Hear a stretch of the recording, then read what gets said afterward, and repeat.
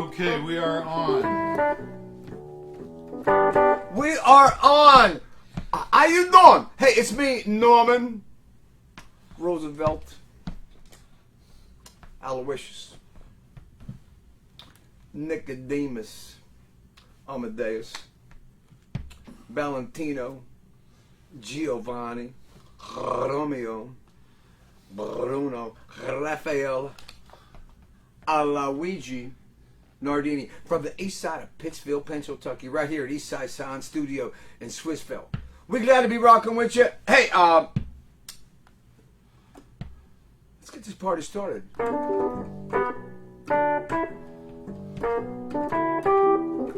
How you doing? You look good. I can tell you that for sure. Hey, hey.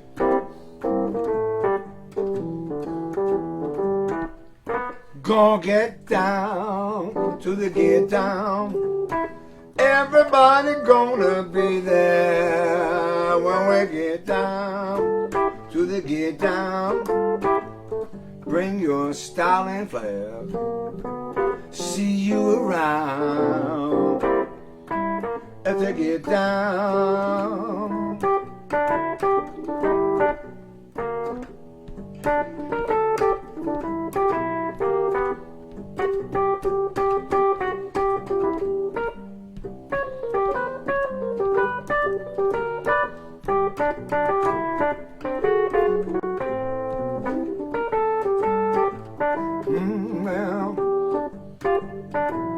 At the get down, anything goes but the get down. Everybody knows that the get down. Ain't no room at the get down. Play it cool. What goes round comes round. At the get down. When we get down to the get down. Everybody coming out to play when we get down to the get down. Music gonna swing and sway to the soulful sounds of the get down.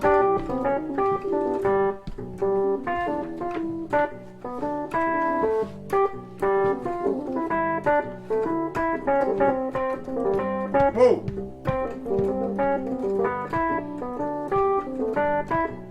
See you around at the get down. Hey, hey. At the get down. Friday evening, June 2020. We're hanging here with the manful handful, Norman Nardini. Glad to be with you. This is our 6th get together, alone together. Shix. How do you spell the number Shix? Somebody said it. S-I-X. No, but it's Shix. How do you spell the number Shix? I don't know how to spell it. Hey, one thing I'd like to say to everybody out there is, here I am. I'm ready for you. I hope you're ready for me. They call me the lover boy, and you can plainly see, 'cause I'm big and bad and mighty slick. Hey, who hit you with that ugly stick? I said, howdy, sir. Howdy, ma'am. I had all the turkey I could stand. So I went upstairs and got a drink. And that's when I began to think, ain't nobody bad like me. So I'm giving you to the count of 3. To go out west in Santa Fe where all the cowboys drink champagne. I said to Kaya, yippee, yippee, yay, yippee, yay. Watch out, Jack. Get out of my way. I want to be your lover. How about that crap, right? I remember putting that little rap together. It was after a Thanksgiving dinner at my family's house. The whole family was together. My mom and dad was still hanging. You know, it was fantastic. And my old lady, we were younger people. And it was a different time of life. But amazing time of life. And I remember after Thanksgiving dinner, I come home and I just started talking that crap. And at the time, we were doing that song that I had written with Frank Zori, who actually really put in most of the work on the song Lover Boy. And then we had been hanging up in New York and watching these kids rap and watching these kids break dance. And I just put that little rap together for fun. And then we would do it at gigs, and it seemed to really be fun. You know, it seemed to work. Yeah, I always thought it looked good on me. Hey, we are delighted to be with you. And I know, I don't want to get personal or anything, and I know I don't know a lot of the folks out there in the intranet that might be watching. I know I don't know you very well, but I know this. I know you well enough to know that I already hate you like family. So you can take that home with you. Wrap your precious lips around that little thought. I had a couple things I wanted to talk about today. One of the things I wanted to talk about was my titles. You know, I introduced myself today. A lot of people say, well, you haven't been introducing yourself. You have to say all your names. And then once I started having all those names, then I started having all these titles. And I think where it comes from is Porky Chedwick. I mean, I don't see how it could come from any other place in a guy like me, growing up here and listening to the Pork and watching him work and listening to him work and how he took the spoken word. You know, I saw a buddy of mine on the street the other day, and he said he wanted to start doing podcasts because he thought he had a lot of stuff to say, and he thought he could, really turn people onto his ideas. And he says, what do you think about that? And I said, don't miss. I said, if you're going to do it, please remember one thing: to entertain. If you think that your ideas have significance and other people need to hear them, well, the only way you're going to get them people to hear them and retain them is if you entertain them as you stick it in their ear. You hear me? You muncher. You know what I'm saying. But so titled as The Last True Man. Bullshit. The Heart and Soul. The undisputed, undefeated, uncrowned king of Pittsburgh rock and roll. The high church from the Church of Rock and Roll on the east side of Pittsfield, Pennsylvania. The beauty on duty, Little Big Mouth. The manful handful. The greaser who's a lady pleaser. The guinea with the skinny, the wop with the bop. And all that bullcrap. And one that my friend Rob from Rollin' and Tumblin', YP Blues Show, he gave me my last title, The Willin' Villain. He done me right! He looked into my eyes and he knew what he saw. He knew he saw a mass of man-meat that needed to be titled and so duly named. Hey, and one thing I wanted to go over before today's show, going too far into it. What I want to say to you guys out there in the intranet again. You guys behave yourselves and don't give me no trouble. Nobody gets hurt. You want to have a beef with me? Let me tell you this. You know what's going to happen? I'll show you what I could do with a baseball bat. I actually got that line from a club owner. We used to play the Cecil Italian Club back in the 70s. I was playing in a lounge band. And every musician should be forced to play in a lounge band sometime in their life. To teach them humility. You should be forced to put on a monkey suit uniform that everybody else on stage has. And you should be forced to play one top hit song after another that makes you want to throw up and change your name. You should all be forced to do that to gain humility. And when you say, you watch the way I act, you say, Norman, if anyone needs to be humbled, it's you. And you know what? Can you picture what I'd be like today if I hadn't been humbled after a few years in the lounge band circuit? Wearing a jumpsuit. A goddamn jumpsuit! My aching ass. When those pictures surface, I'm glad my mother and father are gone. They don't have to see me like that. How you doing?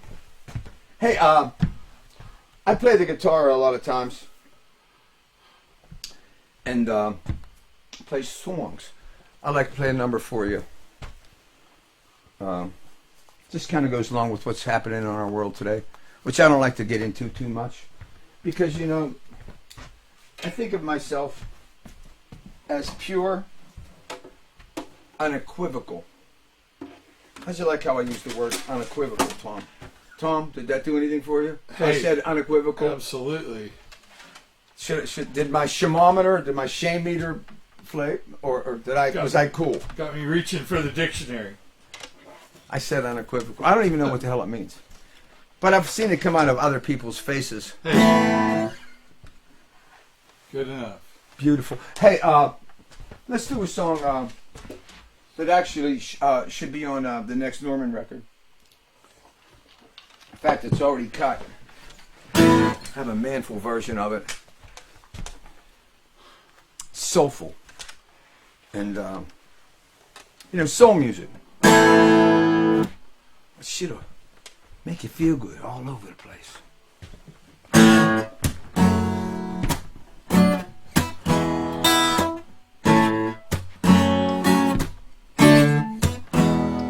Let's find a way to open up our eyes so we can see inside each other's hearts. Let's find a way to open up our ears each other when we're talking, 'cause everybody's different, hey, but everyone's the same. We can all get along. Let's find a way. Let's find a way to break down all the walls that we beat up between each other. Let's find a way to lift each other up on each other's shoulders, 'cause everybody's different, hey, but everyone's the same. We can all get along. Let's find a way. We're like leaves on the trees, ain't no two the same. Like snowflakes that fall, ain't no two the same. Like clouds in the sky, ain't no two the same. And there ain't no good reason why we can't do it if we try. We're all in this together. Let's find a way. Hey.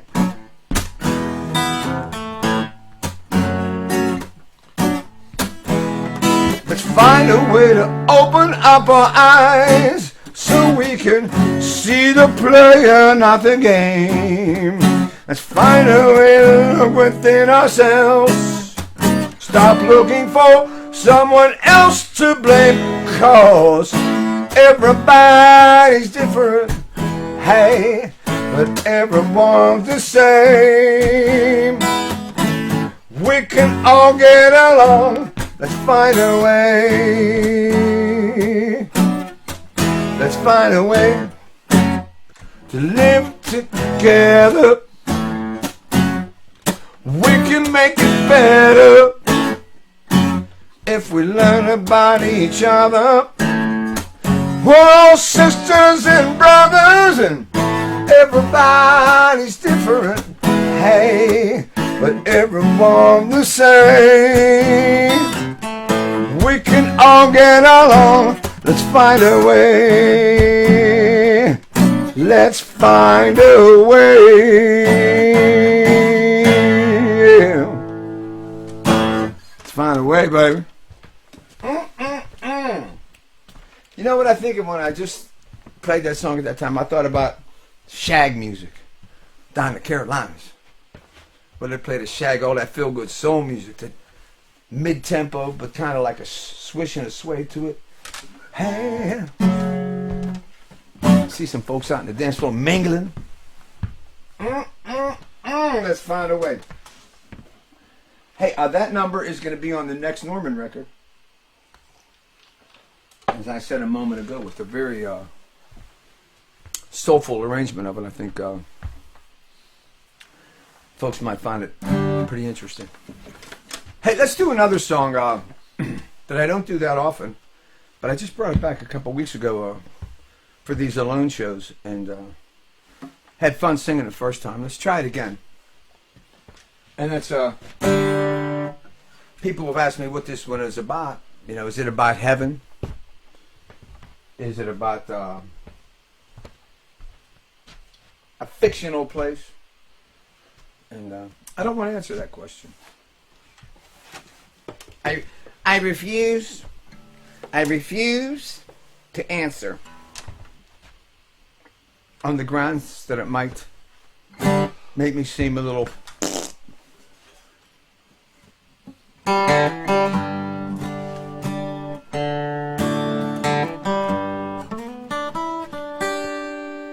well, there's a road that winds through the country, and there's a river beside that road.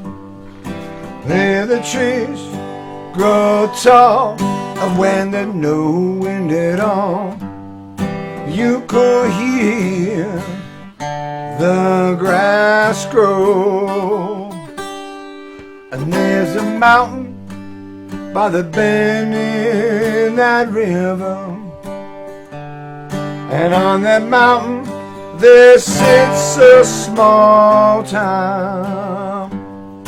There autumn glows gold, winter unfolds into a springtime summer sun shining down on a child with no name that welcomed all who came. So they came from the world around. Rich man and poor man, they all live the same in this town, town with no name. Way up there in the mountain air, when a gentle wind rolls through the pine, you can still feel the heat from the cobblestone street as you reach out and touch the cloud in the sky. And there's a star that shines in the heavens that lights up the road to this town. And if you follow that star from wherever you are, you'll be homeward bound to the town with no name that welcomed all who came. So they came from the world around. Rich man and poor man, they all live the same in this town, town with no name. In this town, town with no name. Town with no name. That's a fun number there. That would be a fun number to do with some grassers. Get some real high-level grassers. Mandolini player, banjo, fiddle. You know, if Bon Jovi had a hit a few years ago called You Can't Go Back, or I forget what it was. It's a good record, really good record. And I thought, it broke on the country charts, and I thought they might have to change their name to Bon Jovi. I'm killing me over here, right? I don't know. I thought that was a good one. How about some Bon Jovi? Yeah, he was working with a country band in Nashville. Well, no, He recorded some stuff. I know. Oh no, he cut with that song I'm talking about. Who Says You Can't Go Home? Really good record. Yeah. And on the single version, he sang it with that chick from Sugarland. She was a great singer, yeah. And she was on the single with him, and it was a really good record. I remember when the first time I heard it, it lit me up pretty good. Who Says You Can't Go Home? Yeah, man, that was killer. I'm trying to think of her name. Can you think of it, Tom? Nope. She shall go unnamed, but not unloved. I just remember getting kicked out of a club because John and his entourage needed the seating. So during the Americana Music Festival. Oh, wow, and I wow. think Sugarland was playing. I think that's why he was there. Right, because him and her were hanging out. Yeah, street showcase kind of thing. That was a great move for him. I mean, that was the last hit record they had, or at least record that turned on new generations of people. Of course, that was 15 years ago, I bet. Hey, I had someone private messaged me and asked me to do this number again. I did it a few weeks ago, and it's a song I've never actually played. But it's a song I wrote about a fictional person in my mind, about this woman that whenever she dances, time stops, and everybody in the world just stops and stares and looks at her because she just got the moves. And I'm making a promise to you guys.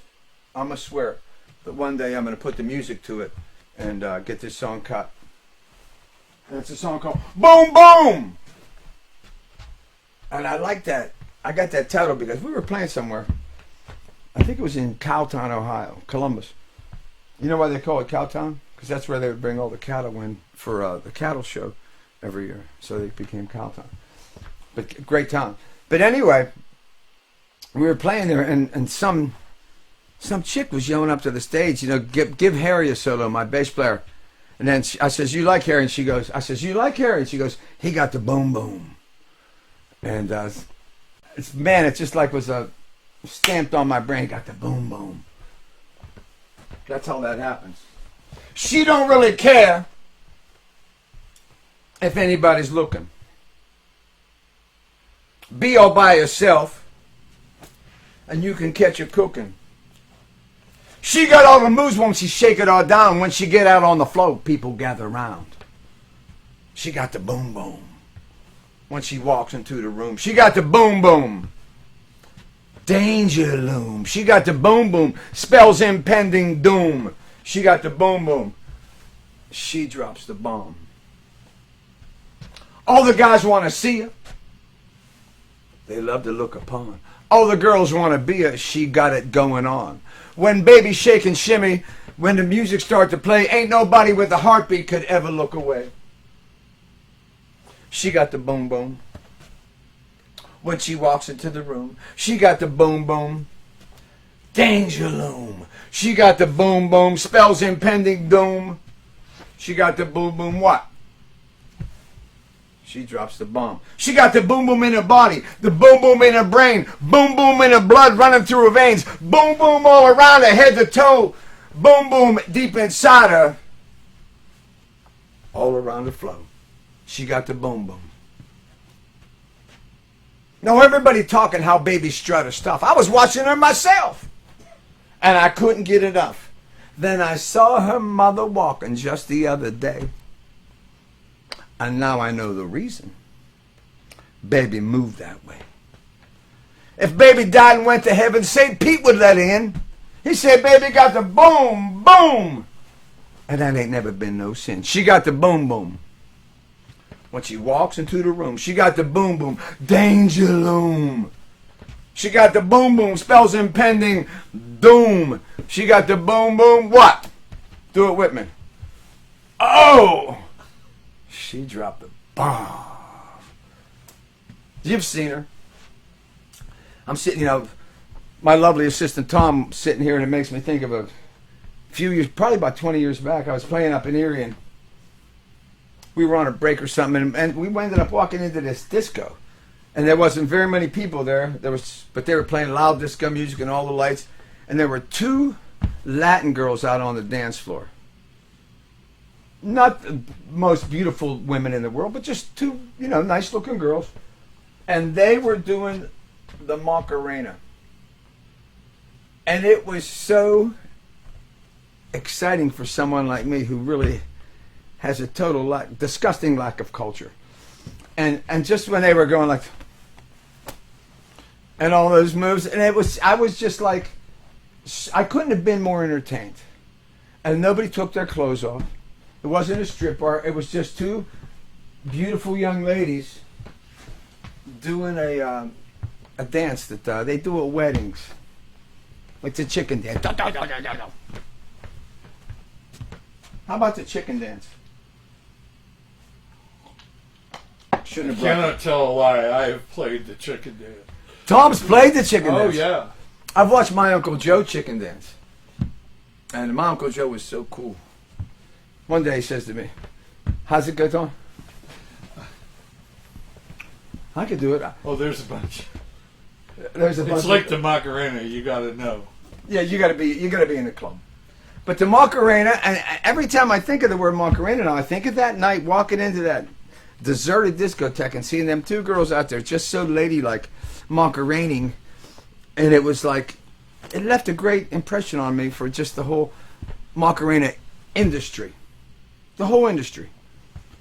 I have a good feeling about it. Just from that moment in time, it was just, can I use the word happenstance? Happenstance. I'm never using that word again either. I'd like to slap the shit out of anyone who ever uses the word happenstance. It's just not a word that I'm liking a lot. I'm not liking it. We're going to talk about some stuff today. And here's another thing I wanted to talk about. I over-prepare for these things because I'm a compulsive nutbag. I shouldn't admit that I even prepare at all. Because you're looking at it and you're going, is somebody prepared that? But put a ton of hours in, and I work myself so that I can't sleep, and I hardly sleep anyway. So Wednesday night, which is my hardest work day for music preparation, at 4 o'clock in the morning, I get this idea for a song. And I'm done. I'm just trying to go, how can I shut off my Dago brain enough to catch a couple of winks? My old lady won't start calling me Mr. Wiggles. Quit wiggling, Mr. Wiggles, quit wiggling. She does that shit. So anyway, I just started writing this song, and I'm going to read the words to you because it's funny, and it ain't no good. I'm probably never going to do anything with it again. You're probably never going to hear it again. But if you do, well, you do. But I'm just going to read it to you. I want you to think. I think it was 2 weeks ago or a month ago, whenever we did a show a while back, and I had said I got this idea for a song called Hot Chihuahua. And I says, yeah, keep your eyes open. I'm making you torture you to listen to a song called Hot Chihuahua. Well, I wrote the lyrics to a song called Hot Chihuahua. And like I've said many times, sometimes just because I write it doesn't mean it's ever going to see the light of day. But I thought this was fun to bring out because it's happening live on our Norman Nardini Alone show, our series. So here, let me read the words to you and see what you think of this knucklehead piece of music. It goes like this here. So the trick of the song is Hot Chihuahua is a guy. And that's how this works. So it goes. Oh, and the other reason, one of the reasons I started writing it was because earlier that night, or actually in the daytime, me and my old lady were watching Jerry Springer, and on Jerry Springer there was a girl named Lala. And I looked at my old lady, I says, hey Toots, I says, you ever hear of a girl named Lala? And she says, oh, there's one on one of the housewives shows. There's a girl named Lala. Then she says, but I don't think it's her real name. I said, oh, okay. So anyway, here's the song. It goes like this here. It says, Hot Chihuahua and his girl named Lala was headed down to Mexico. And that was the first line of the song. That line just came to me out of nowhere and just stopped me. Hot Chihuahua and his girl Lala was headed down to Mexico. When they ran out of cash, then they ran out of gas. Then they ran out of gas somewhere outside of Laredo. So let me read that again. Hot Chihuahua and his girl Lala was headed down to Mexico. When they ran out of cash, then they ran out of gas somewhere outside of Laredo. Hot Chihuahua sang a song about Mama. Lala threw her hips to and fro, and for the music that they made, all the locals paid. And now they're out in Vegas, putting on a show, singing Hot Chihuahua, Lala do that sexy dance. Hot Chihuahua, strutting around in them tight pants. Why am I smiling after that line? What is wrong with me that I think that line is just so delicious? Let me repeat that chorus again. Hot Chihuahua, Lala do that sexy dance. Hot Chihuahua, strutting around in those tight pants. Hot Chihuahua and his girl named Lala was a big hit out on the strip till they ran out of cash, gambled away their stash, so they took that Rio Grande trip. Hot Chihuahua sang about that drama. Lala was dancing up a storm. Now they're hitting Tijuana, getting everything they wanna, and you should see them two perform, singing Hot Chihuahua, Lala do that sexy dance. Hot Chihuahua, strutting around in them tight pants. Tom, could you get this? Well, anyway, okay. I told you it wasn't great, but it was fun. I mean, it's a fun piece of music. And I think one of the reasons I wanted to read it to you, and one of the reasons I wanted to read it for me, was I just wanted to see what it felt like. And because when you write words, and they're great words, most of the time you say them and there's a rhythm to them. There's like this flow and this feel to the words. Hot Chihuahua, do do do do do. You know what I mean? That there's something about that. And when I was reading it to you, I wanted to, after I was done saying that verse, I wanted to get up and Hot Chihuahua. I could just feel that, the rhythm of those simple, goofy, childlike lines had something going on. So after reading it to you, I like it more than I did before I actually read it to you. I thought I was going to read it to you and we were going to laugh at me and say what a dork bone I am. But actually after reading it, I go like, you know what, maybe there's something there. Maybe something about that slice could snap a girdle. Oh, doll. That's going to leave a pink mark right on your ass cake. I said ass cake. You know, go to the Oakmont Bakery. Say, yeah, give me a half a pound of ass cake. What do you think they'd say to you? You know what they'd say? They'd push a button that rings at the Oakmont police station. They'd be sending out a man in blue to slap the crap out of you.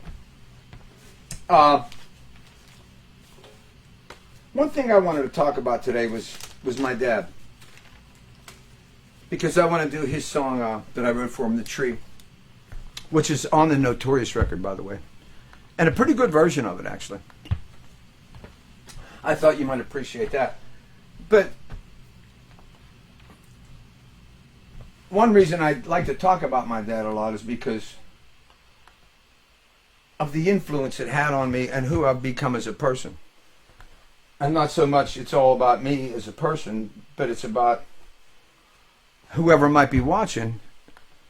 I'm hoping had a similar type of relationship with someone in their life, so that when I talk about my father, they can compare that, and not so much compare, that's not the right word, but acknowledge their debts and the laughter and the insanity that there is between a parent and a child.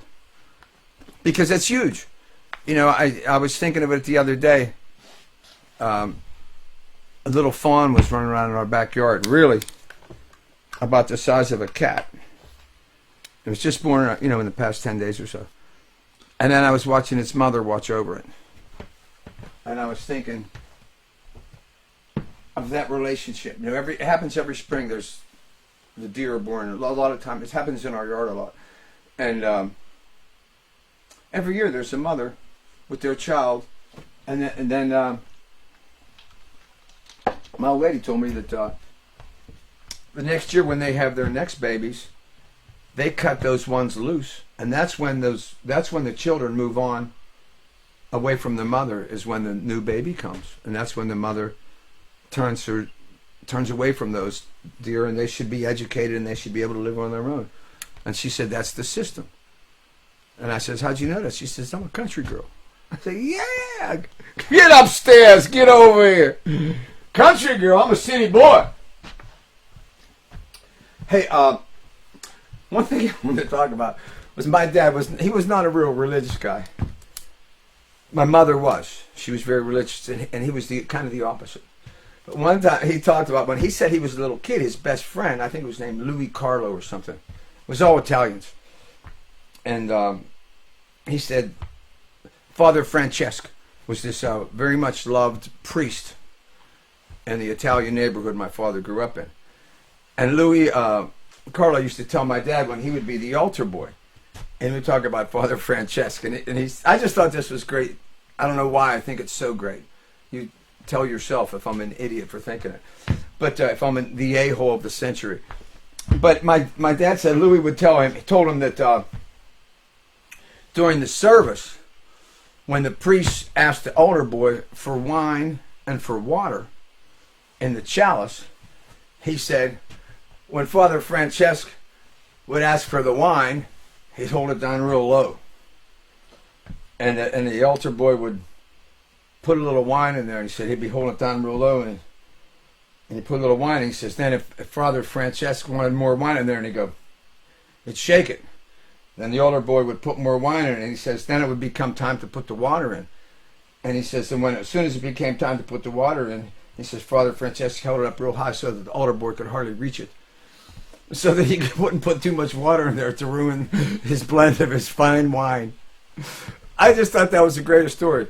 And he also told me that same priest, Father Francesco, on Friday nights would walk through the Italian neighborhood, the immigrant neighborhood. It was all people that came here to have their children, and their children being raised up first generation. He says he would walk through the neighborhood, and he would walk up to your house and knock on your door to come in and be received if he knew you made good wine. And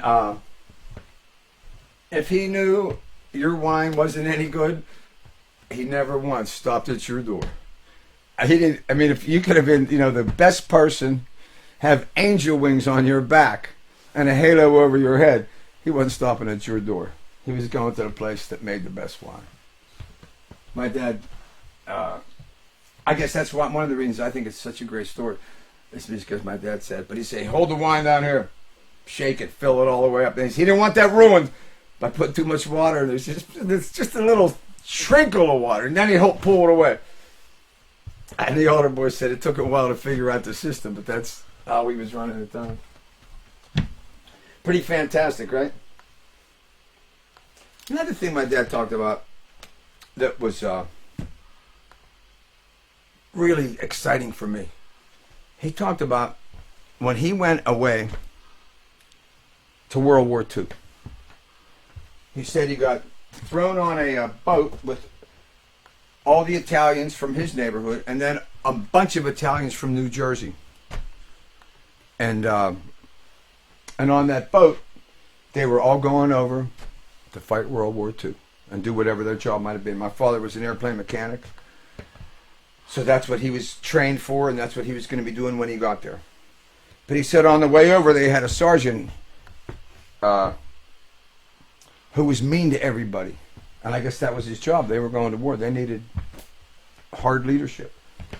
And my dad said that he called everybody Joe. Hey, Joe! And I guess in World War II, all the Americans were called Joe. Like, it was like a thing, you know, like when you see those... I used to do that joke. How do you know someone loves you? Hey, Joe, I love you. No shit. You know, like that. But anyway. But my dad said one of the guys from Jersey in his group was named Blackie Giardella. And he was a little gangster boy. And he couldn't take Joe, the sergeant, being tough on everybody and doing his job. And he said one day they woke up and the sergeant was gone. He wasn't there. So there was a new guy that they moved over to, you know, working with him. And my old man's like, well, where's Joe? What happened to Joe? And one of the other guys from Jersey says, hey, Blackie took care of that. It ain't going to be no problem no more. She ain't going to be around no more. And I just... My dad told me that story, and I just thought, I says, well, was he ever arrested? Was there anything? He says, no. He said, we were going to war. He says, they had bigger problems than that. He says, that wasn't, and no one was worried about that.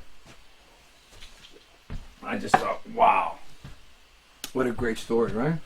And the name kills me. Blackie. Blackie Giardella, right? Hello, sir. My name's Blackie Giardella. I'll be taking your daughter to the prom. Prom season, right? I never went to the prom. You know why? Because I was gigging. I was out there strutting. Probably playing at some fraternity party. Trying to make sure someone didn't throw up on my Hammond organ. I might talk about some of that stuff today. I was thinking about talking about bands that I was in the 60s and guys that I played with in the 1960s.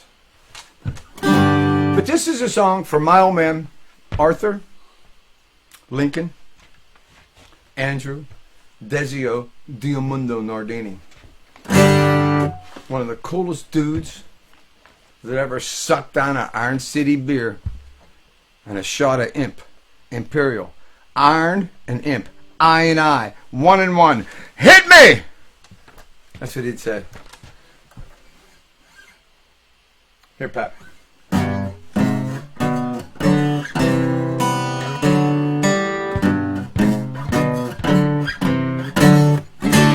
I ain't no better than my daddy was, just a chip off that old block. From the simple way that he lived his life to the working class way he talked. I thought I knew better when I was a kid, but I was so wrong. Daddy let me make my own mistakes, standing by me all along. And my old man was a one of a kind, and I get a smile on my face every time it comes to mind. The kind of man he was, that's the kind of man I need to be. And this here apple didn't fall far from the tree.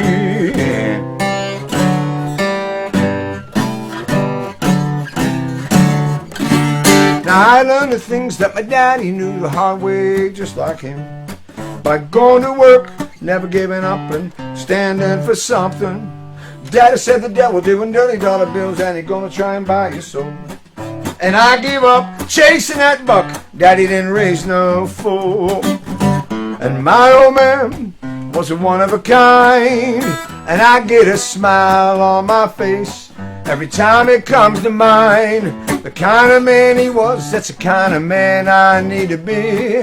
This here apple didn't fall far from the tree. Sunday afternoon, still a game. I'll be hanging on every word he'd say. Swearing at Bradshaw every time he threw it. I was learning who I was, and I didn't even know it. I ain't no better than my daddy was, and that's alright by me. Daddy stood tall, never seen him fall, and I'd get up off his knees. Time goes by, I'm singing him and me, more for sure. Growing up to be my father's son, right down to the core.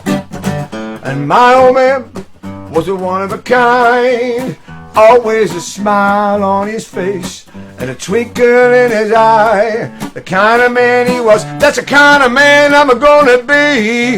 And this here apple, this here apple, this here apple didn't fall far from the tree, far from the tree.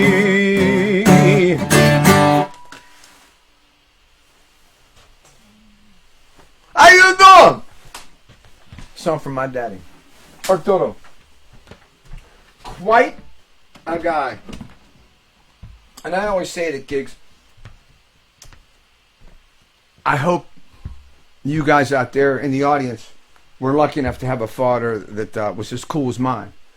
And some people, I can see them smiling and pointing to each other, going, "I did." You know, you can see them assuring themselves that, yeah, they had one of them special fathers. And if you do, you're lucky as can be. Really are. You're really lucky to have those memories and that strength that offers you. Here's another thing my dad used to talk about. He used to talk about this old lady that used to live on the neighborhood, Homewood Breaston, east side of Pittsburgh. And her name was Maria Luigi. And he said, you'd be talking to Maria Luigi on the street. She spoke broken English. She was much older. And he was a little kid. This is in the 1920s. And he said, and while you'd be talking to her, she'd walk over to the end of the street and put one foot on the curb and one foot in the street. And then she'd pick up her petticoats and she'd take a leak right there in the street, right into the gutter by the curb. Talking while she was talking to you, like, wasn't even nothing. And then he'd get this big smile on his face, and you could tell it excited him.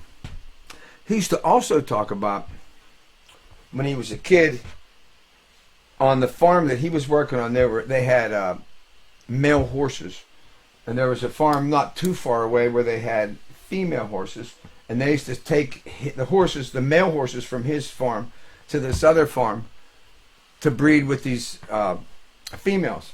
And my dad, he said they do it every year, and he said when they did it, it was like this giant deal. And it was his job to get the horses to the other farm. He said, so he'd start walking them. And he said the closer they got to that farm, the harder they were to handle, because they knew what was coming. And they knew what was going to happen. And then he said when he would get to the farm, the horse would be like going crazy with excitement. And then he said the farm also they didn't have sons, they had daughters. So there was all these little teenage girls running around that knew that something was happening, and there was all excitement from these little girls. And my dad was a little boy, and he talked about what a great day it was and how much excitement there was on horse breeding day in the early immigrant America. I just thought that was so fantastic. And the fact that he had to, wanted to talk to me about it and share, say, like when I was a little kid, this was a big day in my life. Like when you were a little kid, you remember going to the fair, and you remember going to Kennywood, those kinds of things. I don't know if I ever told you. Back in the 70s, I was playing with the Diamonds, and me, Frank, and Warren King and Frank Sword, we went to the Butler County Fair. And I think we might have each ate a little pill or something, we were like a little zoned out, young, goofy rock and roll guys thinking we were cool. And we saw a sign that said, in this tent, the Crab Man. And we were all hied up, and we all just looked at each other, the Crab Man! Crab Man! And we decided we wanted to go in and see it. So we paid our money, and we went in and stood in this like little tent area.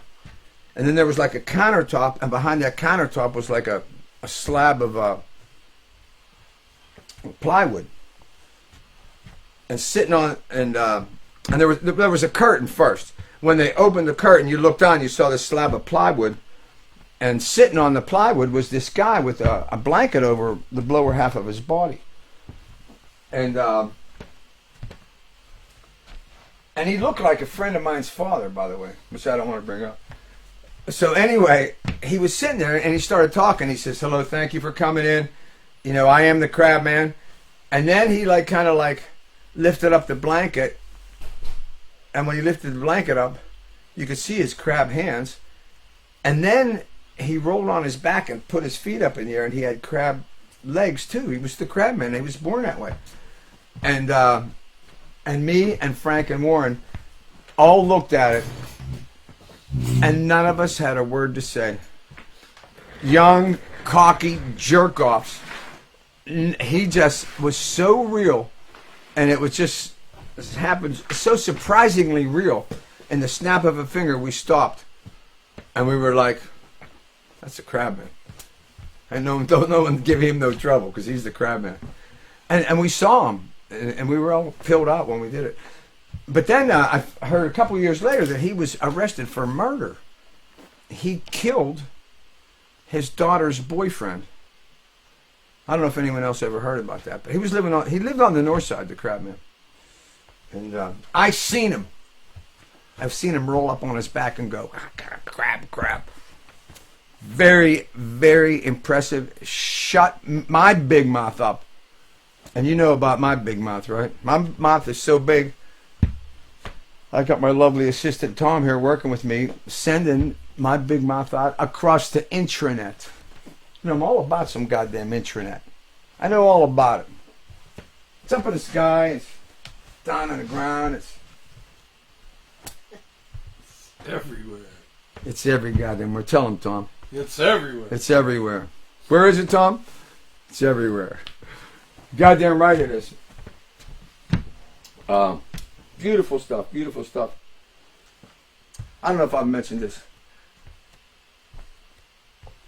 I was lucky enough to have a father who taught me how to properly fart at the dinner table.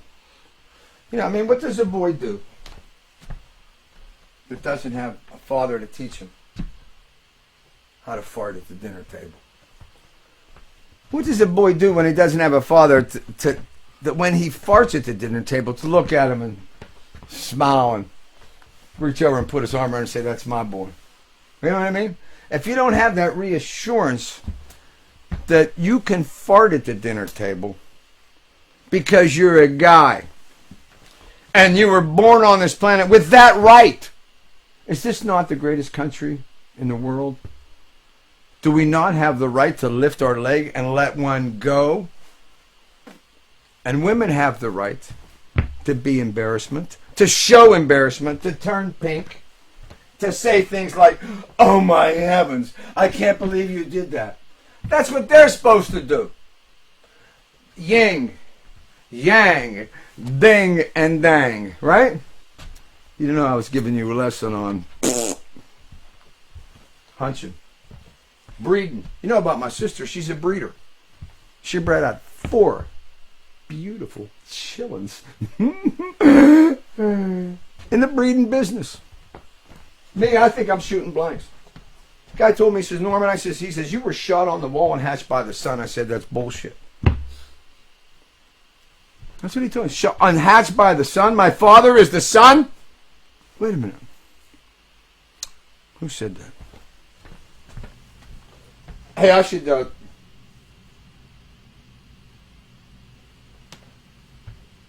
when my dad was a little kid, he was a mechanic by the time he was like 10 or 12. Fixing cars. I started studying music when I was a little boy, 6, 7 years old. My dad started studying mechanics when he was a little boy. And he started fixing cars and building cars out of parts and when he was a teenage boy, I think he was about 14 or 15. No, he's probably 16, and his brother Larry was like 15. Well, anyway, my dad was always a pretty square guy. You know, he was pretty predictable, and he was pretty square and a great guy and a hip guy. But his brother Larry was wild people. Larry was like kind of like me. He'd just walk in the room and just start shooting his mouth off, hooting and hollering, acting like a biggest shot, acting like he had all the goddamn answers. And Larry loved women. I shouldn't say loved women. Let me say worshipped women. He was a truck driver, and he lived the life. And fantastic guy. But anyway, when my dad was a little kid, he had this car, and his little brother Larry, stole it. And he stole it, and when he brought it back, my dad's like, "What the hell, you stole my car?" And he's like gone for like a couple days. He says, "Larry," he says, "you stole my car." He says, "Where did you go?" He says, "Oh, we just ran around town. And then, so my dad forgave them because my dad was all heart. And then a couple months later or so, my dad needed to change the brakes on that car. And so he went in and opened up the brakes. And as soon as he opened up brakes, he says, "I smelled it." I says, "What do you mean you smelled it?" He says, "As soon as I opened up brakes, I smelled the Atlantic Ocean." He said, "That son of a bitch took my car, drove to Atlantic City, and then not only drove to Atlantic City, but when he got there, he drove right onto the ocean, right out on through the sand, out into the ocean, and made a circle and came back." He says, "And that's what he did with my car." And he says, "So I went to Larry and I says, 'Hey, Larry, when you stole my car,' he says, 'yeah, you were running around town shacking with some women.' He says, 'I think you went to Atlantic City and you drove this car into the ocean.' He says, and Larry looked at him and says, 'Hey, Art, you're exactly right.' He says, 'I took that car,' he says, 'I drove it right into the ocean and did a U-turn and came back out.' He says, 'I had to.'" And how great is that, right? Uncle Larry. All about living large. Oh no, let's go this way. I got another right here. We're gonna go this way. Got a song I want to stick in your ear. Wrote this back in the 90s.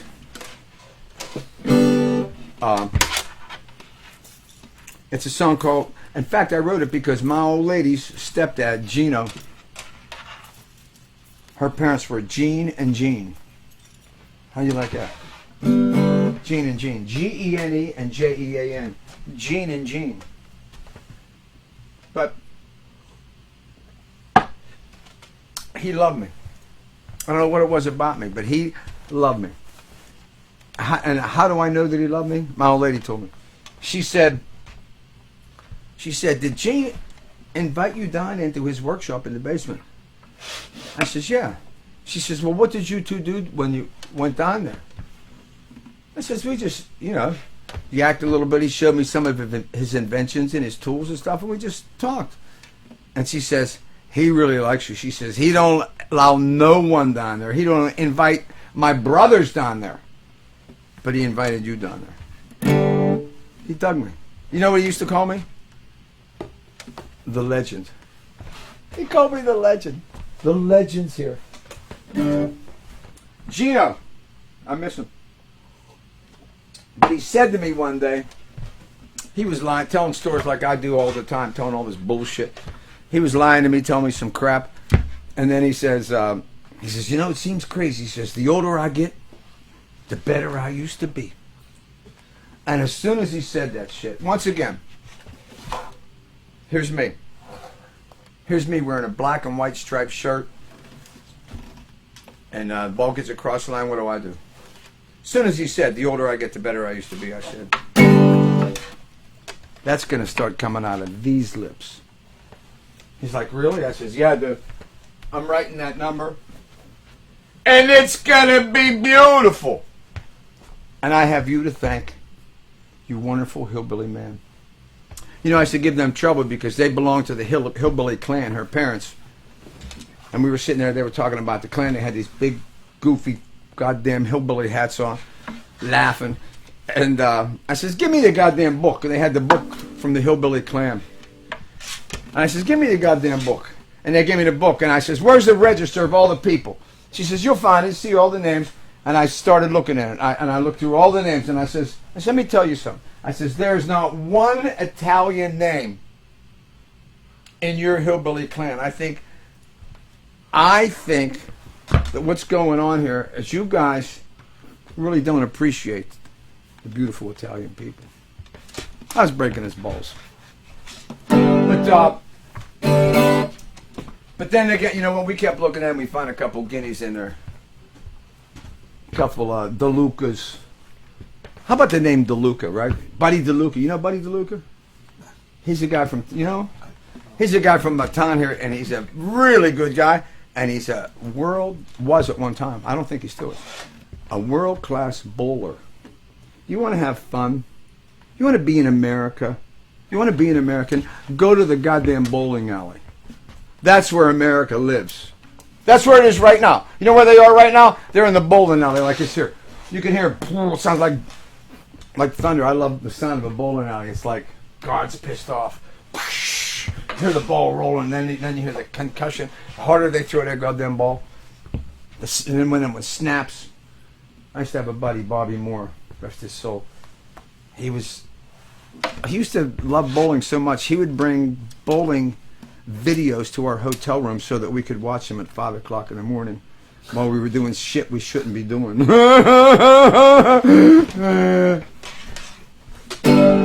older I get, and by the way, I am getting older, the better I used to be.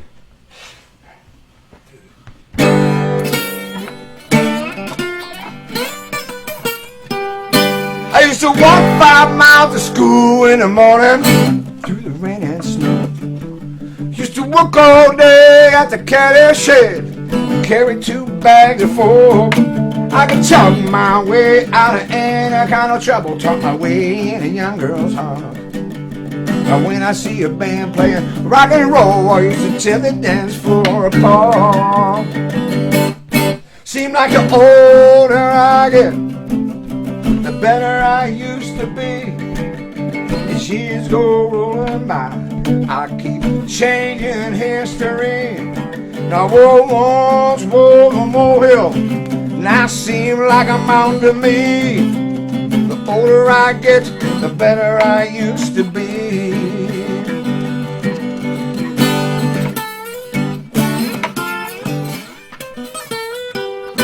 Oh, I could rock all night till the morning light, never miss a beat. I used to serve my face with Mexican food, then eat hot peppers for a treat. I could pick a losing team when I know that they were coupled up. I rake through a hand of cards. And when I get out on the football field, I kick a field goal 50 yards. Seems like the older I get, the better I used to be. As years go rolling by, I keep changing history. Now once was a molehill, and I seem like a mountain to me. The older I get, the better I used to be. I was talking loud and walking proud, and I was calling all the shots. I had all the dancers when it came to table dances. They were chasing me around the block. 'Cause I can make love longer than a Grateful Dead song. I used to put on quite a show. I could drink a case of beer every year. I got a deer with an arrow and a bow. I could jump higher, I could breathe fire. I swear I could raise a dead. Man, I was bigger, badder, better, stronger. I could go longer than any man I'd ever met.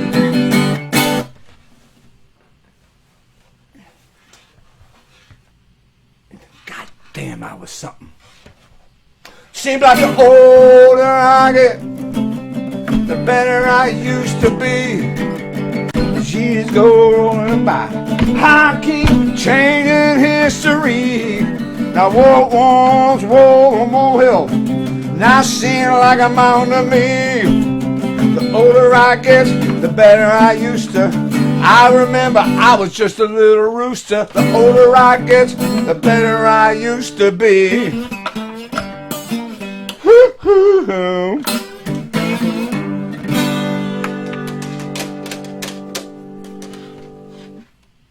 I screwed that up a little bit. A couple of times my hacking got a little... I got a little dust in my chainsaw. The older I get, the better I used to be, right? That's some high-level bullshit. And let me say this. If you ever met anybody in the bullshit business, then you probably should have met me. Because I've been in the bullshit business all along. All through the years. I've been talking loud and saying nothing. That's what a man does. Not a bad piece of music there, right? Right. The older I get. I hadn't played that in probably about 10, 15 years. Then I thought about it. I've been, since we've been doing these alone things, I've been having a chance to look back through the catalog and pick out songs that, you know, sometimes a song gets lost along the way. You know, one of the musicians changes, or it just gets less. You just stop doing it for a minute just because, for whatever reason, and then it just gets left off. And with a guy like me, I'm always writing new shit. Sometimes they get left lost alone, and then guys like Whitey Cooper have to always tell me, "What about that one? What about that one? What about?" They remember them all. So that's one that I just brought back. Here's another one I wanted to do.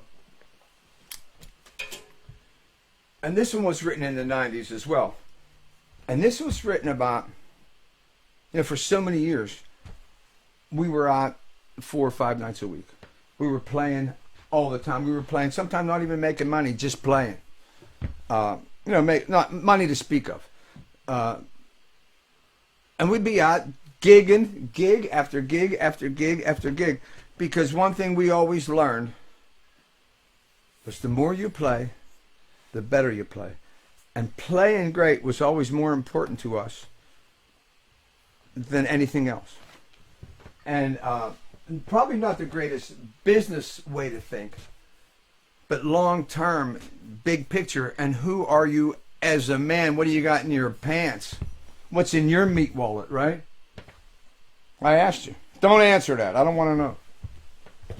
I just wanted to say it. What's in your meat wallet? Did you see that commercial on TV with me bringing it to you? Oh, yeah. You know you could. Late night TV. Thanks, Tom. Tom had to qualify that. It's not for your little sister. But we were out every night, dragging our asses from one shithole to the next. Loving every minute of it. Really. And living like... exactly like we wanted to live, which was so cool. But when we were living that life, you run into a whole different kind of person than people that operate in the daylight. People that operate in the daylight, they meet people that have 501ks and things like of that nature, whatever that is. You know, those kinds of things that retirement plans and savings. We didn't run into those people. We run into the people that had just gotten out and were, you know, cheaters, dopers, you're alcoholics. These were our people. And wait a minute, these are always going to be our people, because that's people in general. And so we'd be out every night playing for those folks, and in our minds, they kind of became like stars. And because they were living out their their life's wishes. They were doing what they wanted to do with their life. What they wanted to do was not work, have fun, party, and enjoy every day as hard as they could. And so, and they'd always end up at our shows, or in our dressing room, or at our hotel. You know what I mean? These were the people we were hanging with. So I wrote a song for those folks, and it got lost between the cracks. It got lost between the cracks. And you know who always told me to bring this one back? Lamont Samuels. That box squeezing little hunky from out in the South Hills. You know, I shouldn't have said that. I don't think of him as someone from the South Hills. I think of him as a bluegrass East Sider. That's some high level bullshit.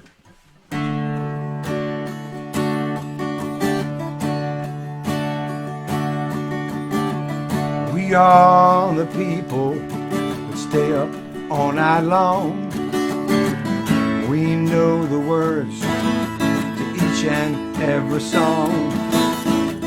When nightfall comes, seem like we're always going down to some honky-tonk to keep the party rolling. We're the night riders, riding like the wind.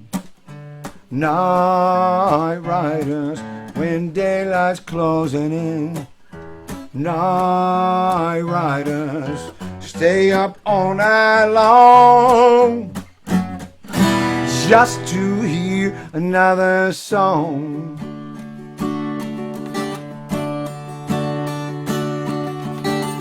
Never knew the meaning of enough is enough.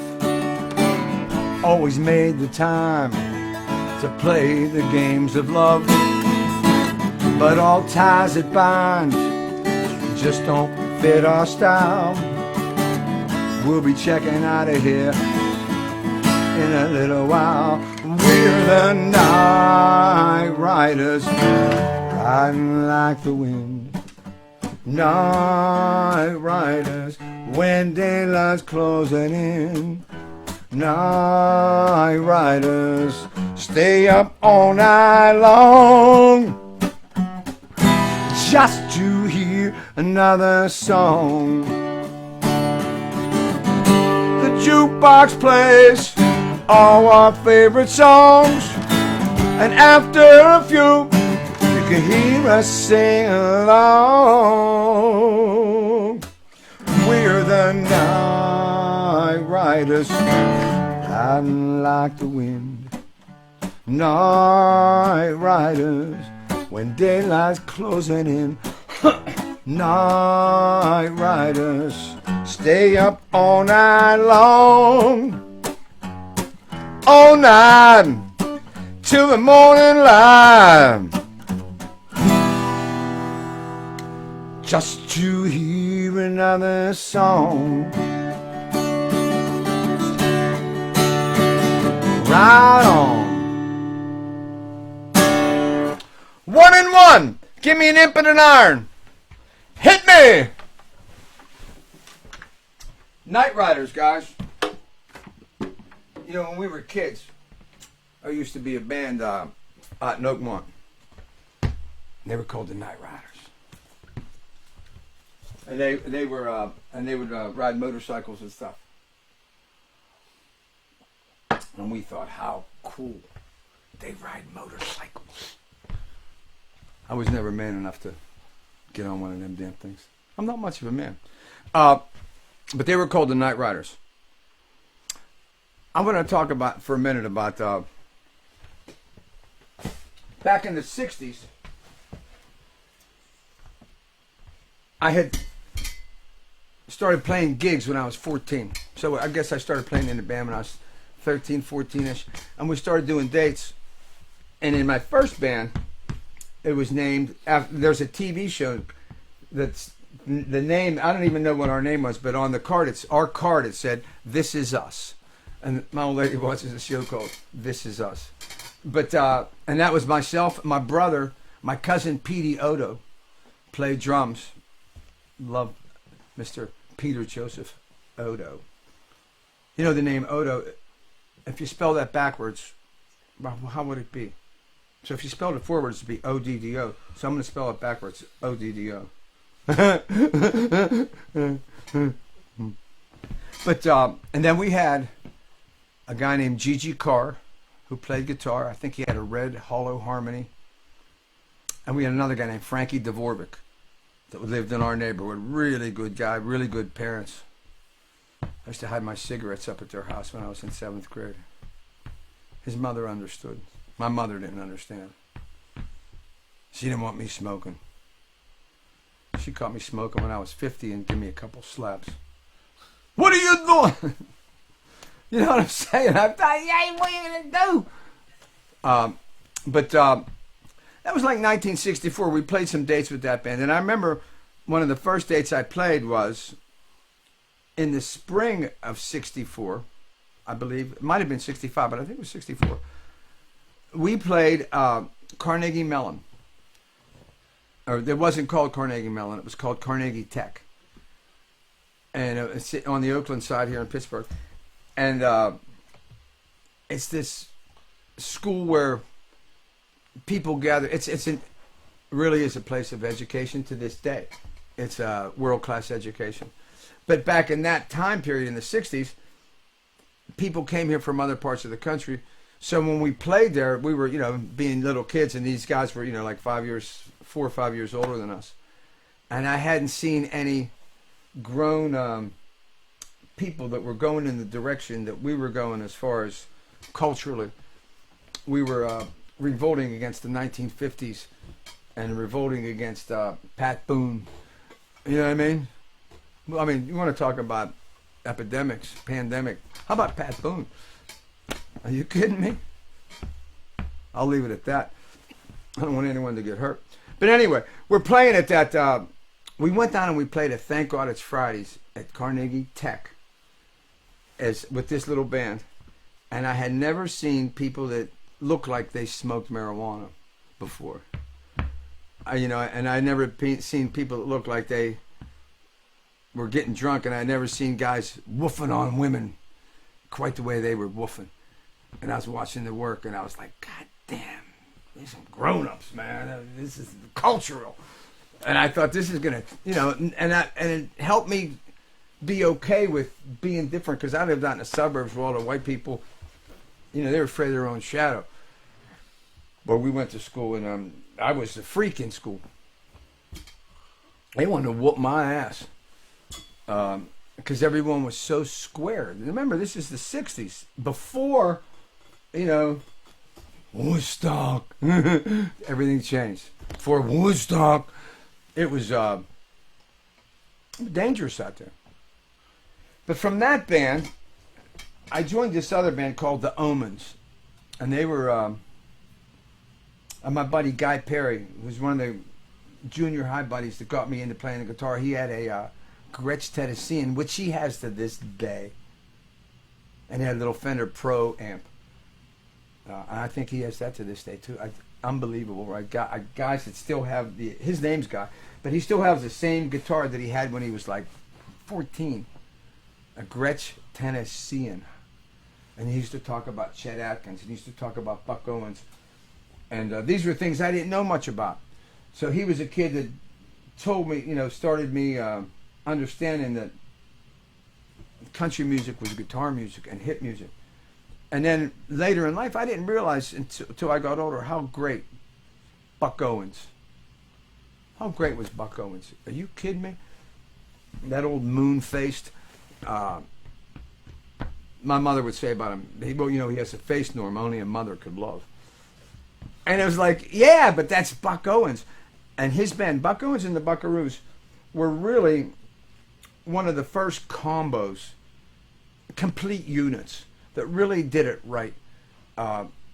This is way before the Beatles. I think the Beatles studied Buck Owens and the Buckaroo. It wasn't just Buck Owens, it was the Buckaroos. That band, Don Rich, I think, was the guitar player, and he was also the high harmony singer. And he had that voice that blended with Buck so well. I really think Buck Owens, is much more important in American musical history than we give him credit for. I just want to stick that in your ear. And when Dwight Yoakam came back and recycled that shit, it just reaffirmed what I'm saying right now. You know what I mean? That hayseed shit is so American. It smells so much like hay. I just want to go out in a barn and hunt something. I shouldn't have said that. Hey, but you know what I mean. But anyway, I joined the second band. It was called the Omens. And for a while, it was all Italians. For a minute, there was one white guy in it, Mike Connell, and he was this talented bass player. Man, he was good. And his dad was the dad.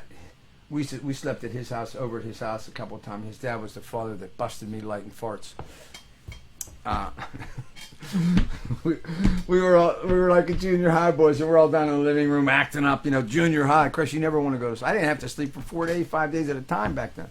We're up. I'm trying to make all my buddies laugh, and I'm lighting farts in totally dark room, and then all of a sudden I light a fart, and everybody's giggling and laughing, and all of a sudden the lights come on, and Mike Connell's father said, "Oh well, Norman, that was impressive," something like that, and he busted me shooting him out there.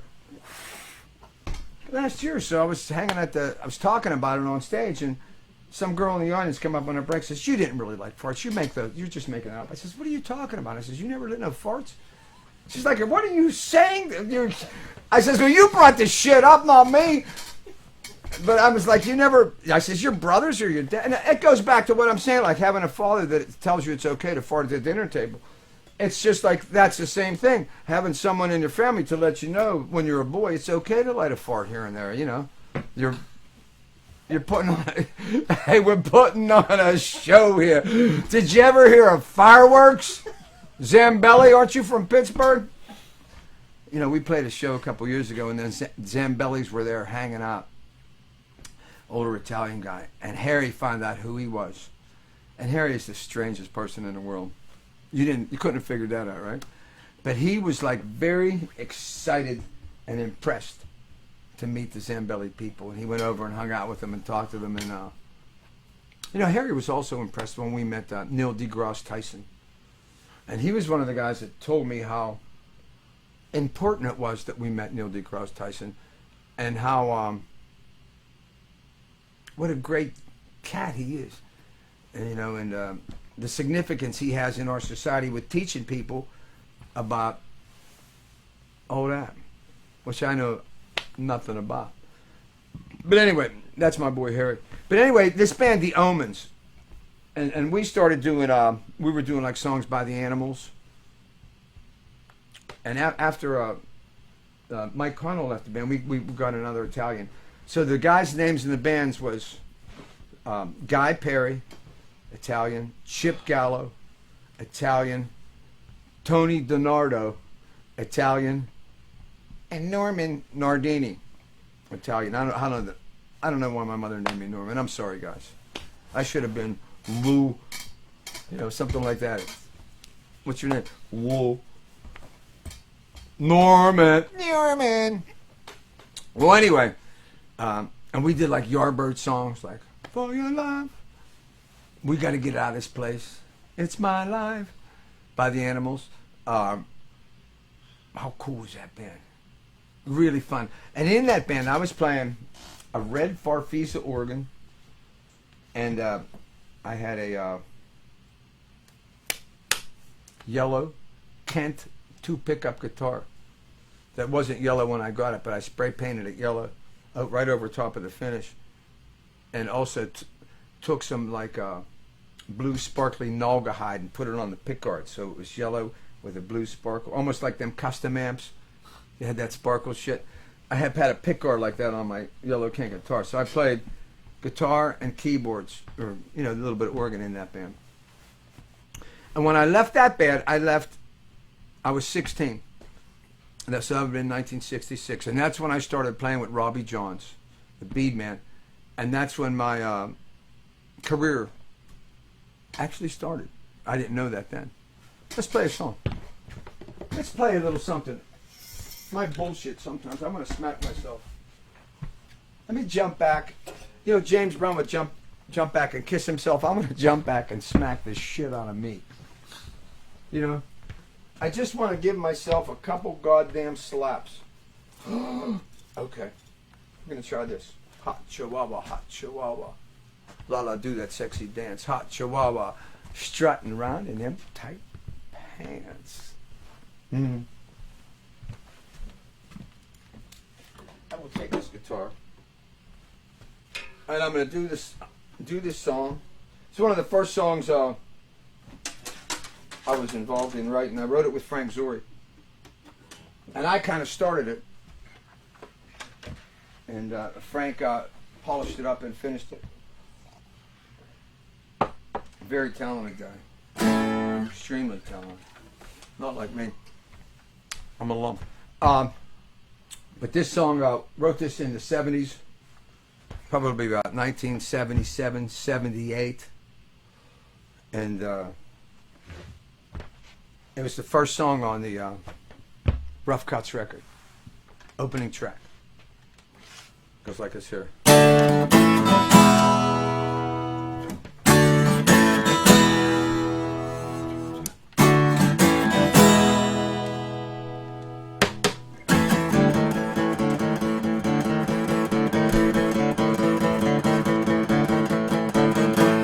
I need a change, 'cause there ain't nothing shaking but the leaves on the trees, and I just can't take it. I made up my mind to get out of this town, and in a couple of days I'll be New York bound. I gotta get away. Oh baby, I can't stay. Oh, it's a do or die. Bright lights, big city, bright as the Milky Way. Bright lights, big city, bright lights on the Hudson. On the Hudson Bay.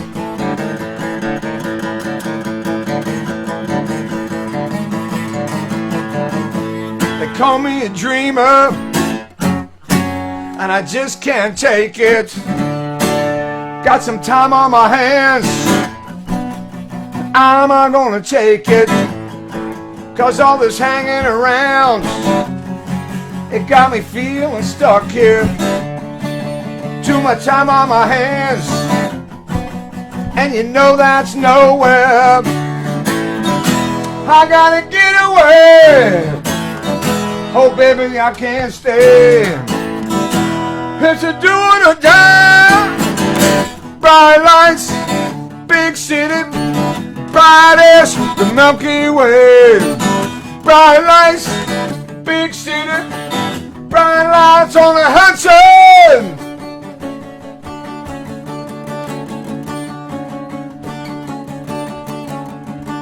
On the Hudson Bay.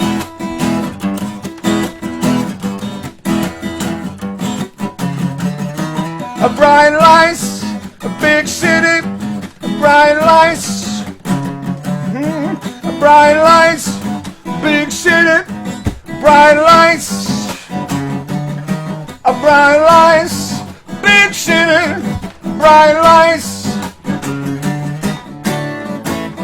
Hey, hey, hey, bright lights. 1978. What were you doing? Where was you? Me?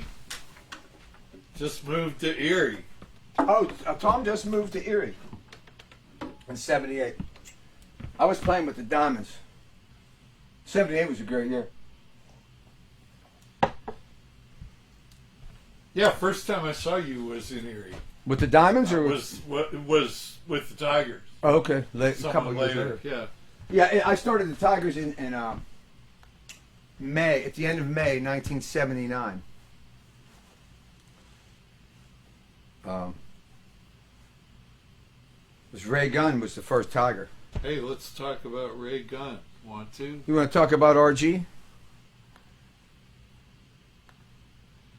There he is. Oh, wow. That's a great shot. No, is that a shirtless Ray Gunn? Oh, no. It's a little tiger shirt.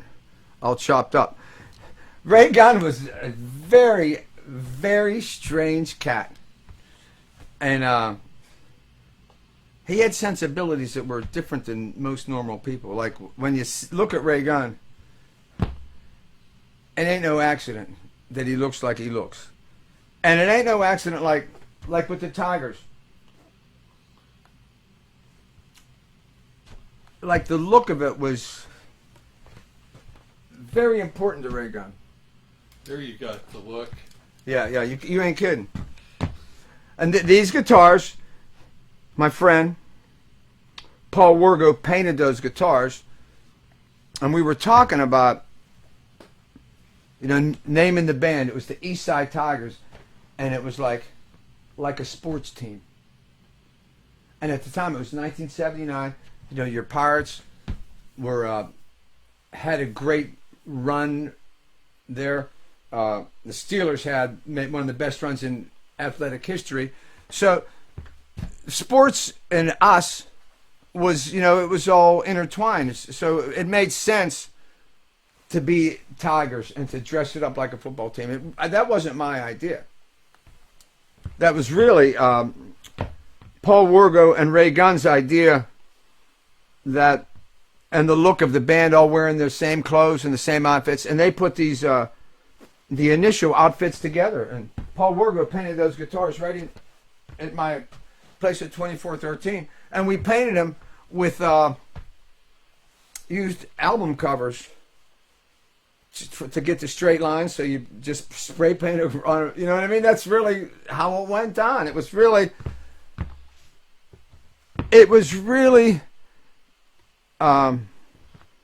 local and really like a couple of kids in the neighborhood. It was like the way you would have painted your go-kart or something. You know what I mean? It was just really innocent. We didn't know MTV was coming and it was going to be big. And we didn't know that people were going to like us and that we were going to be, we didn't know we were going to be a thing. I mean, I had been in the Diamond, so I knew what it was like to have action.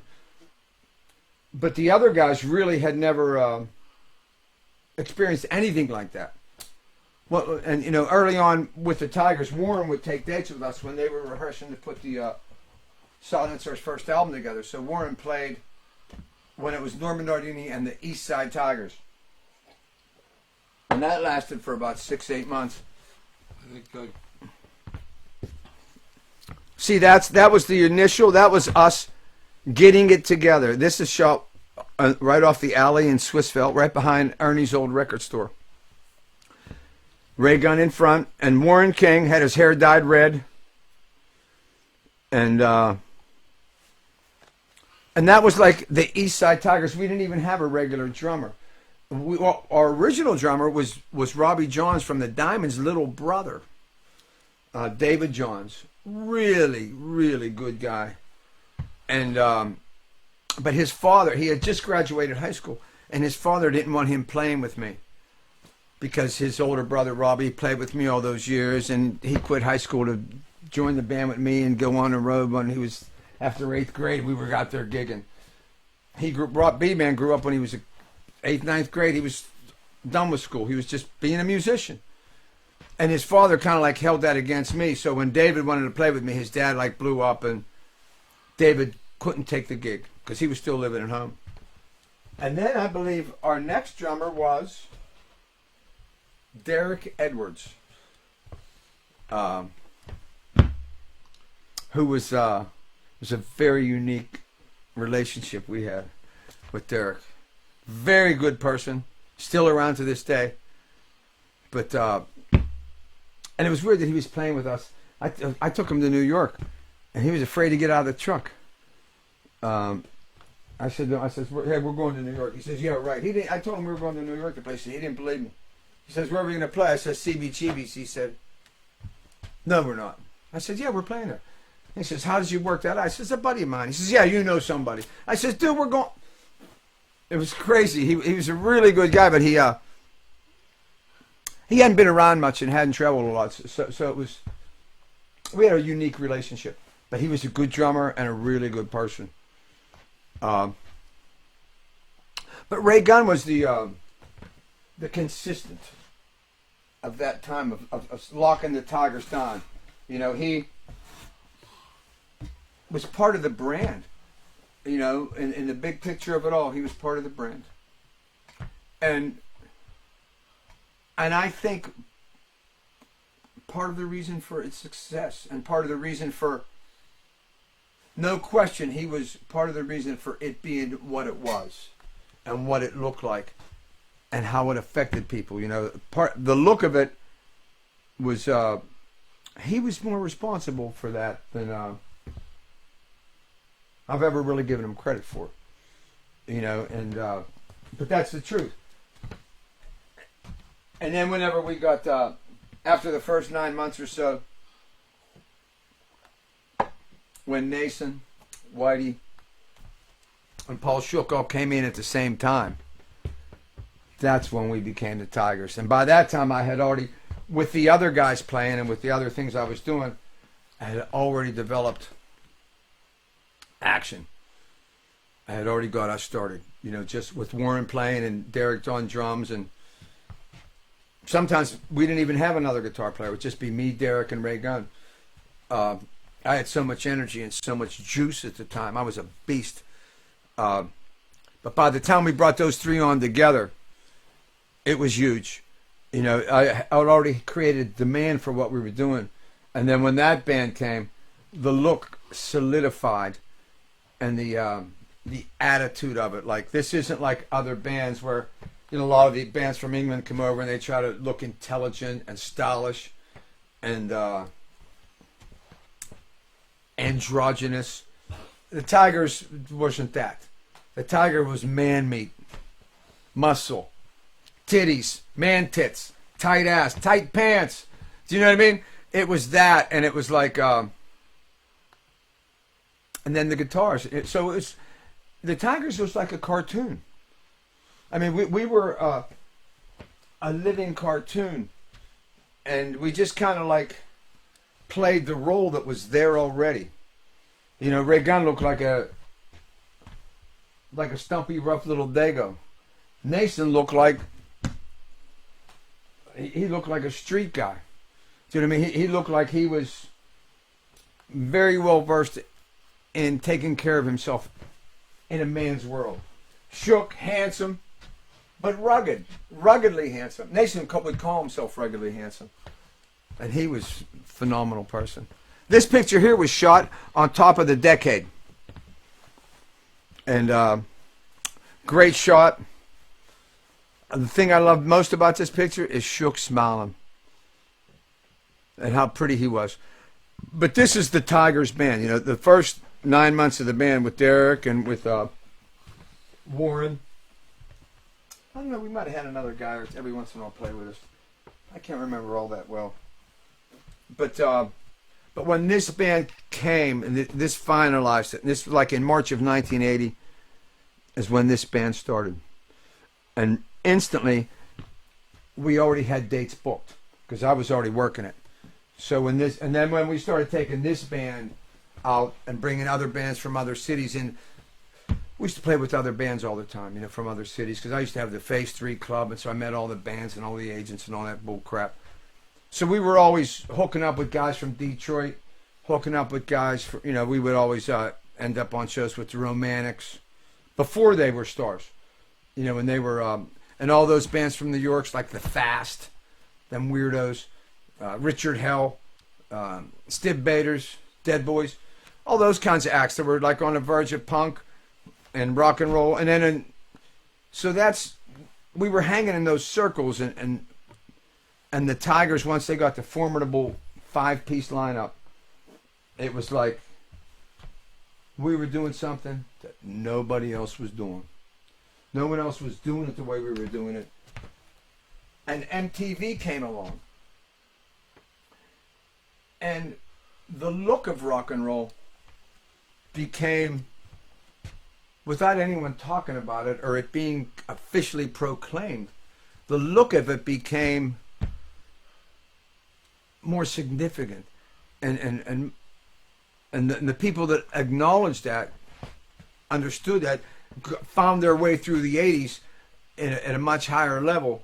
Robert Palmer, great music person, went pop musically, but still really good music. But he understood, put on a show, give them a presentation, and I have to admit, even with the Tigers, I really didn't even know all that much about it. It was just really, I was a part of it, and I guess I was the leader of it. But I wasn't responsible for all of it, and it wasn't my brainchild to do this, and I didn't plan it all out and say, I didn't see this on a map and tell everybody, here's how we're going to do it. It just kind of happened, and through the people that were, and like I say, Ray Gunn, the look of it, it was a lot more important to him than it was to me. That's just real. Speaking of Ray Gunn, I gotta ask you about this picture. The look on his face is priceless. Well, she's picking up her dress, showing him her stuff. I mean, look at Whitey back there with his head down, number 44. Nason over there, playing a couple chords. This is real early on in the Tigers. And we were playing Jersey and New York City. And this girl here, I remember, we used to call her Cotton because her hair was always puffed up real big and it looked like cotton candy. And I found out years later, in fact, just recently, a buddy of mine saw this picture out in Jersey who was playing in a band called The Rest, a Jersey band at the time, knew her. And he said her name was Mona. But she's showing Ray Gunn, what are you going to do? Hey, we were all young, we were all beautiful, right? That's right. You kidding me? Get over here! And that picture was taken at a club called Tramps in New York City. And that very same night that picture was taken, this night here, bunch of English guys come back. The dressing room was, oh, of course, I can't even tell you that story. I can only tell you part of it. The dressing room for this club was right above the front door of the club. And so I remember that, looking out, and it was summertime. And but anyway, what happened was we're sitting in the dressing room, these English guys come in. And at the time we were running into a lot of English guys, and I wasn't, what's the word? I wasn't as impressed with their Englishness as some might be. I always thought, you treat me nice, I'll treat you nice. But it was different. The English guys always seemed to treat us differently. But anyway, they came to this show at that club Tramps, like 2 or 3 of them, and they were in a band. Then they had an album cover for their band called the Tigers. And they said, and he came with some paperwork and a picture of, the album cover and all that shit. And he came to tell me that it was time to desist and cease and desist using the name the Tigers because that was their name. And I told him, I said, where are you from? And he said, some city in England, something in England. I said, you come over here and you're telling me that I can't use the name I'm using? You're not even from this country? And he just, and when I said it, it was like he was shocked that I said that. Like I was like, dude, are you kidding me? Would I have the balls to come to your country and start giving you orders?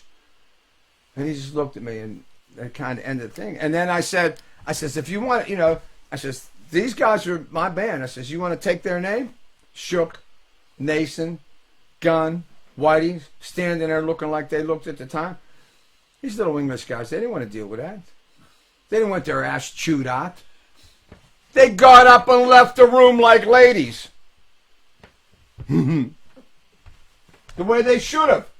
But coming in there, you know what I mean? It was like, no one warned their attorney or their manager didn't say to them, dude, you can't go across the ocean and just start giving people orders, telling them you're going to use that name. I said, no, you're going to take it from these guys. You want that on your chest? You want to deal with them? It was kind of cool. But that was Cotton. And I think she was from Jersey. That girl in that wonderful 10 prison. minutes. 10 minutes. 10 minutes, Mr. Sinatra. Are you serious? Well, let's play some songs. I had some stuff I wanted to do. Bada bing, bada boom, bada boom. We're always doing this. It's like, what happened to the 2 hours? I know.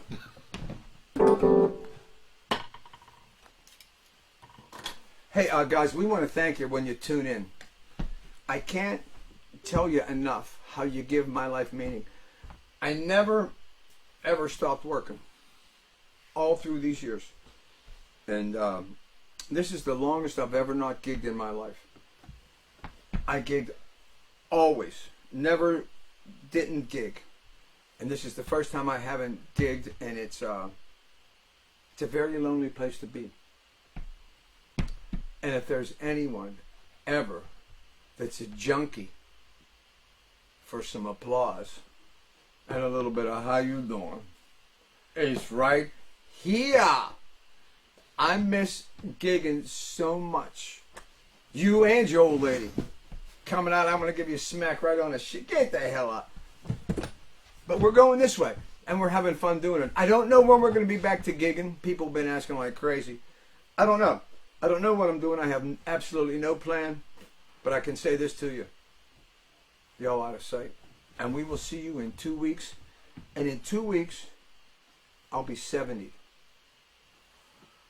70. Do you hear what I'm saying? June 13th. I'll be 70 years old. I'm going to miss you next week. We'll be back. And I'll be a week 70 and 1 week old.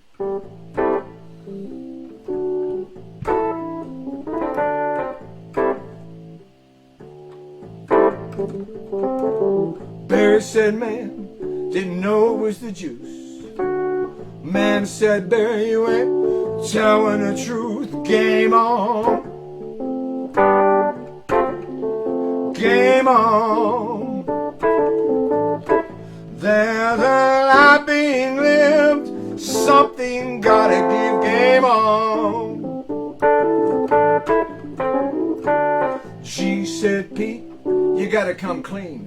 You've been betting on the big red machine. Game on. Well, game on.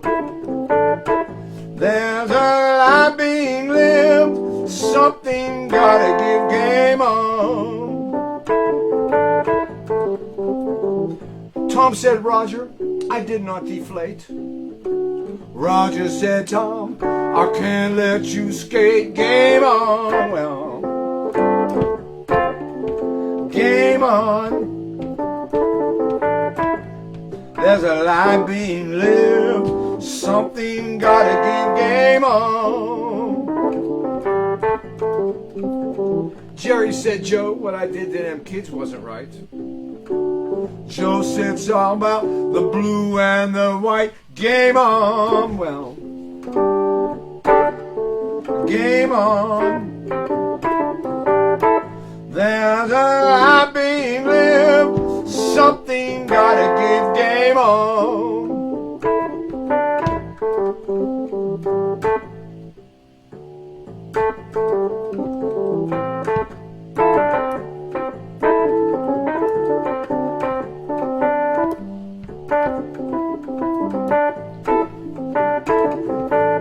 Hey, well,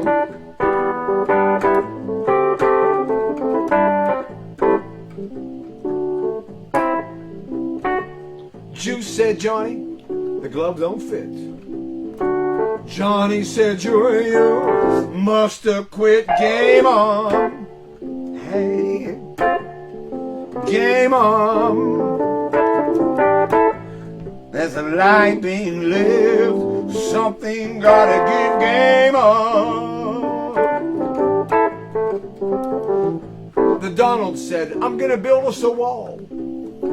Said El Chapo gonna pay for it all. Game on, well, game on. There's a life being lived, something gotta give. Game on. Bill said, Hill, I know part of that mess. Hill said, Bill, you left the proof on her dress. Game on, well, game on. There's a life being lived, something gotta give. Game on.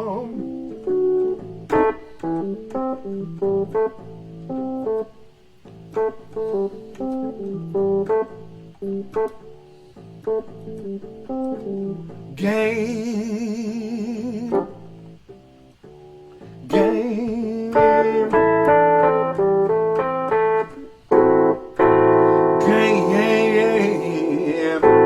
How you doing? Bill said, Hill, I ain't no part of that mess. Hill said, Bill, you left the proof on her dress. You hear me? I'm a yakking to you. Norman Roosevelt, Aloysius, Nicodemus, Amadeus, Valentino, Giovanni, Romeo, Bruno, Raffaella, Lucien, Luigi, Nardini. And I want to thank you guys for tuning in with us. We have been doing these alone shows now. We have 6 of them cut. We're going to keep them going every couple weeks, Friday night, 7 o'clock tonight. I know they're changing all the rules. People are allowed out of the house. They're going to run around hunching like monkeys, having drinks, getting high, getting loaded, doing shit they shouldn't be doing with somebody they shouldn't be doing it with. But you know what? Friday nights, you can catch us. Hey, I wanted to tell you once before we go. Larry Garmack always tells me to tell you. Larry Garmack from McKeesport. They call him Pittsburgh Larry on Facebook. Download this music. Whole LPs or single tracks. Under $10 for a whole LP on Amazon or iTunes.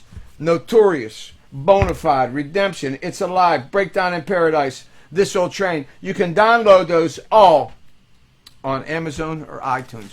Under $1 a song. Hey, I think it's a good idea to hang with us. You know why? Because we care for you. You know, because we give a crap.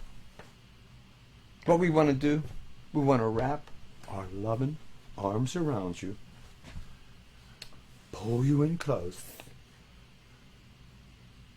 and give you a little reach around, little ass cake right here.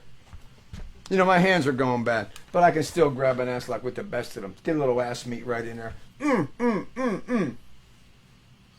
Guy said to me, how do you like me now? I said, I didn't like you before. And that's how that shit goes. I don't know how much time we got.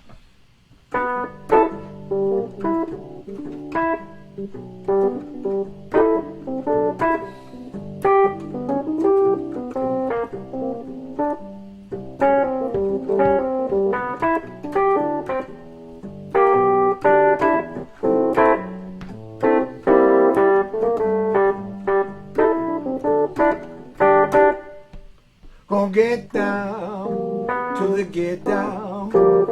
Everybody gonna be there when we get down to the get down. Bring your style and flair. See you around at the get down. When we get down to the get down.